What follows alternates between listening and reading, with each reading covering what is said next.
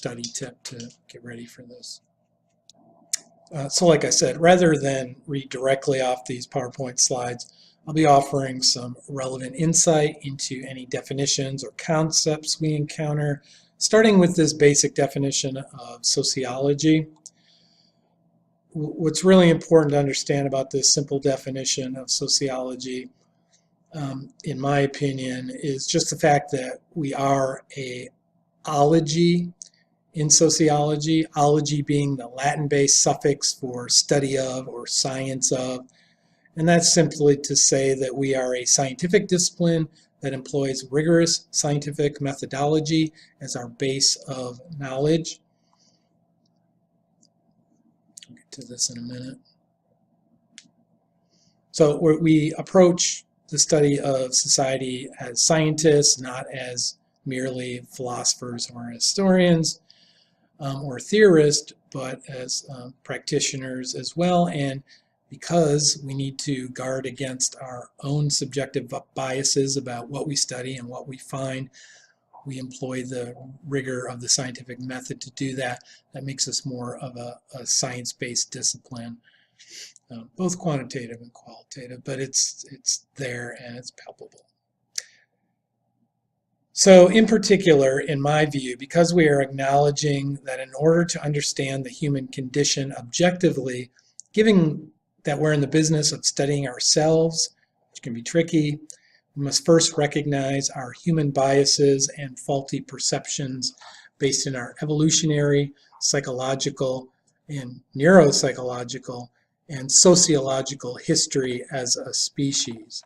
We'll talk a little more about that long history of our evolution in the next video lecture on some fundamental theories in sociology and media studies, and we'll look at why it's important to understand society from these cross-disciplinary perspectives.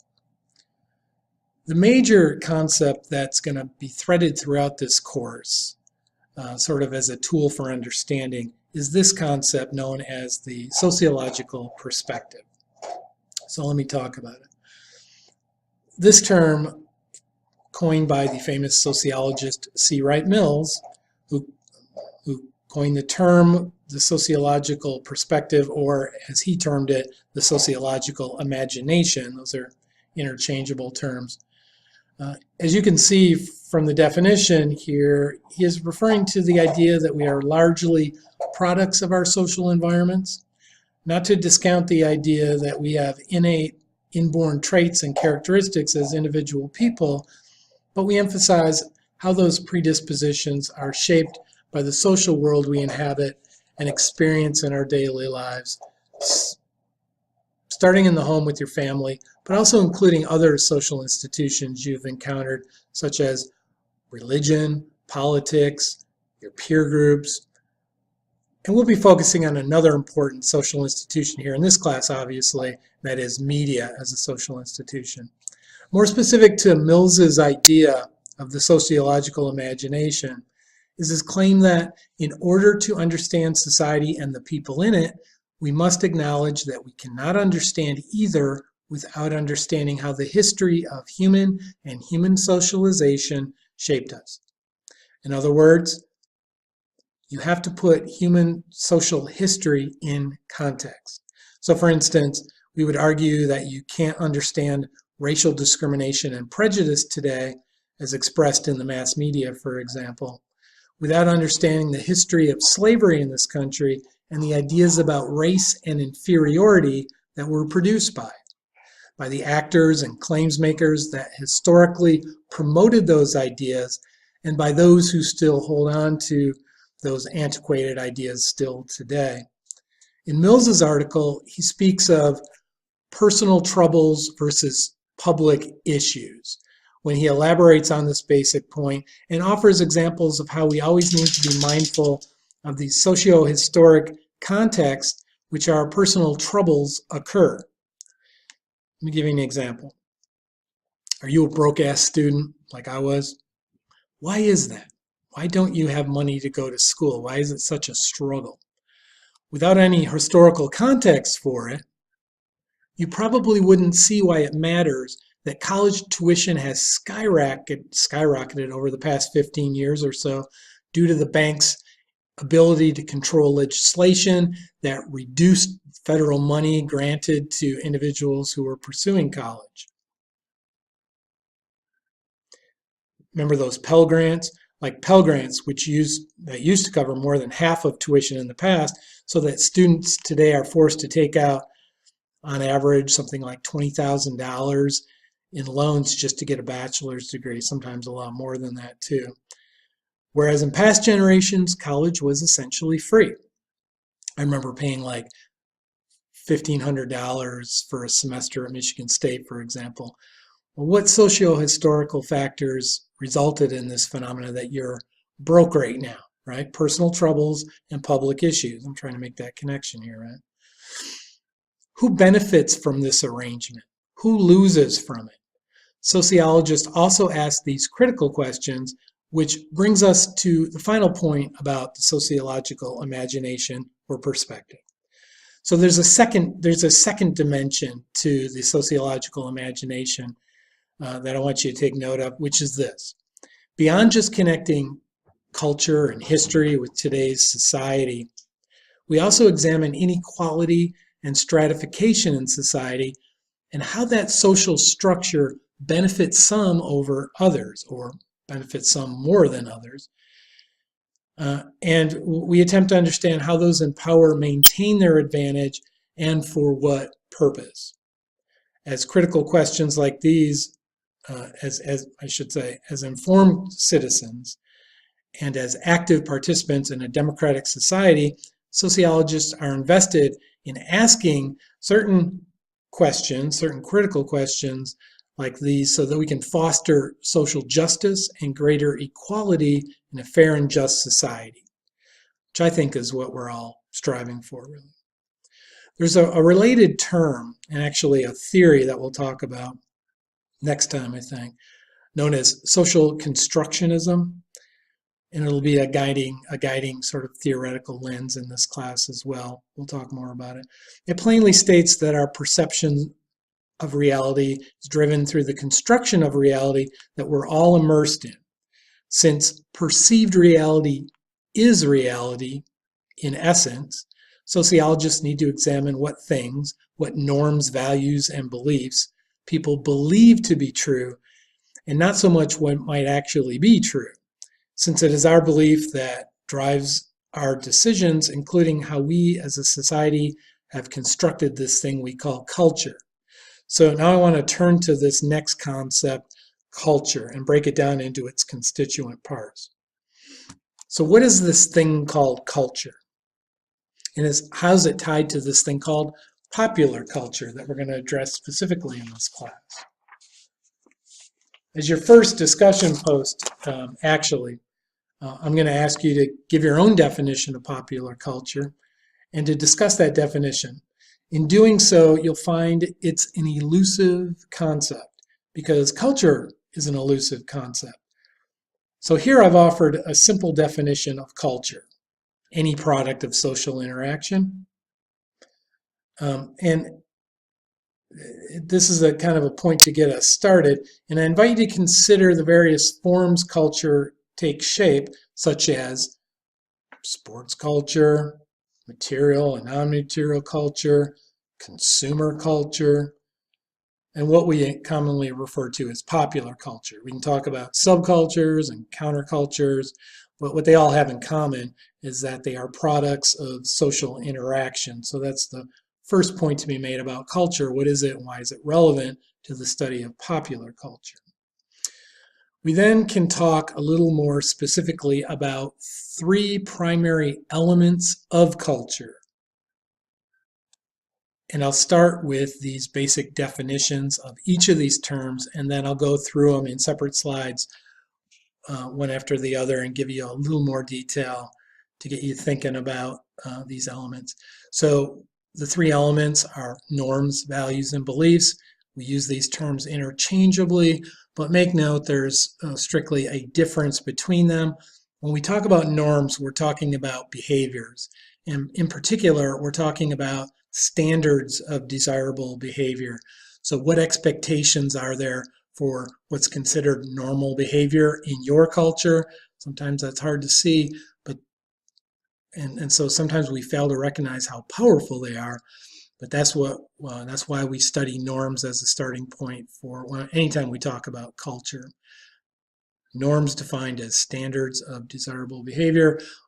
Values defined as a conviction. So notice that's not a behavior, a conviction of what is good or bad, sort of an idea about culture. What are good things in the culture? What are bad things?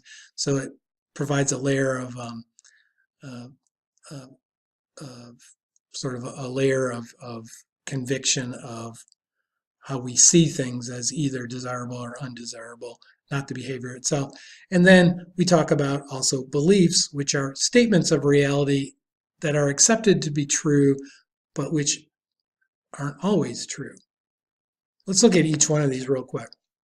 So, and there's text to go along with this from these next 3 slides, so you can follow along, where I break down norms into 3 forms, or really 3 degrees. We talk about minor sort of confrontation with norms or minor violations of norms as being folkways, like picking your nose in an elevator or farting in an elevator or something like that. Things that won't get you arrested, but people won't like you very much, and they'll give you that message in one way or another. Versus mores, or these are more like value-laden norms, expectations that have certain ethical connotations, like when you, for example, fall asleep in church, that would be violating a more, so it's a little more serious than a folkway. And then if you really are deviant and violate norms to a great degree, you've broken the law. And some norms we think are so important, we make laws saying you can't do that, and you face sanctions or fines or imprisonment or embarrassment or shame from others in your community when you break them. Those are laws, and that's what distinguishes them from these other manifestations of norms, folkways and mores. Those 3 breakdowns of norms, I have to tell you, aren't on the test, but I just wanted you to know that there are different degrees of norm violations. So let's move on. Those are norms, those are standards of behavior, and we talk about values. And here's where we talk about, like I said, ideas about right and wrong, good versus evil, if you prefer. And there's plenty of examples I could give of values people have about maybe, certain family values people think are good versus ones that are bad. And we'll distinguish between those values and the norms they violate as we go through this. Beliefs are a little different of an animal, but relevant. Beliefs are defined as statements about reality believed to be true. And really the interesting thing here is that people believe them to be true without really questioning them. So one example I give in lectures usually, and I think I make note here in these slides, is the idea of race. Most people believe that there are different races among the human species. Some of you probably already know that that's not true. There are no different races of humans on the planet. There are, we aren't cats and dogs. We're just different breeds of dogs. We're all of the same human race, but we interact with one another as if there are different races. So when we see that African American or that Latino or that Asian American or Asian walking down the street, we overlay certain thoughts and expectations about them just by looking at them, because race, skin color, and those physical characteristics that we use to define, to delineate between races, we use to also categorize in our minds what that says about those groups of people. So beliefs go a long way in framing situations for us, especially novel situations that we've not been in before, and we use them as sort of a replacement for thinking on our own, and we just accept them as truthitudes, in Stephen Colbert's words. I want to pause for a second and point out this image here on this screen. It's of Barack Obama getting hosed down because someone had thrown a bucket of shit on his face. This was in Oregon a few years ago. You can see the headline from the newspaper, the local newspaper where I was living at the time. In this article, the interesting thing was, at the bottom of this online article, there are people who post messages, replies about it, and the discussion was all about whether or not this act of dumping a bucket of feces on Obama's face. This was before he became president, by the way. But in doing so, people proclaimed that it definitely was. This is a very conservative area in Southern Oregon.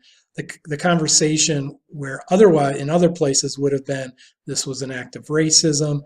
In this article, in the comments posted underneath it, almost everyone said, no, it's not racist. We just don't like his policies. We don't like the things he wants to do in Congress. And that's why we threw a bucket of shit on his face. It had nothing to do with the fact that he's African American or looks different from those of us who live in this community. You be your own judge of that. But the point is, people believe things to be true without question.